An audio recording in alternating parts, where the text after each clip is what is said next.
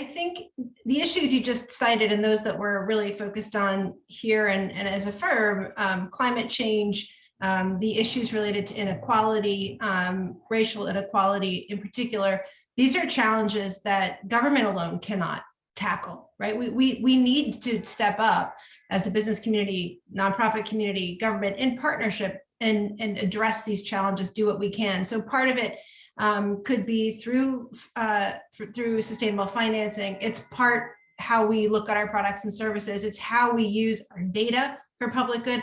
The core principle is we're going to be stronger as a country, as a business, as a society, if we are in partnership tackling some of these challenges.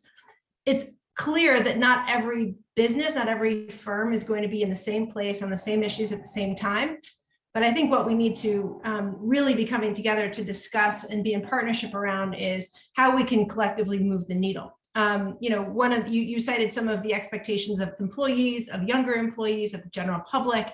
And I think that's because we haven't seen progress on these really big issues. And when you look at what happened with COVID and the disproportionate impacts of COVID on communities of color in this country, the murder of George Floyd and the racial reckoning that brought, we can't stand back and admire problems. And we need to figure out how we can take the resources that we have from the private sector in partnership with others to really try to advance that. I think that's the moment that we have.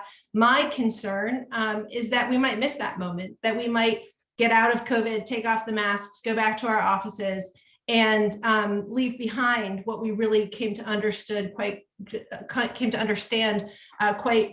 intimately over the last year, which is that we have, really a severe issue of historical inequity and a long period of inequality, and that we are collectively responsible, government, the business sector, the private sector, business, and nonprofits, to come together to try to move the needle and address some of those challenges. And we just haven't seen enough of that progress over the last decades.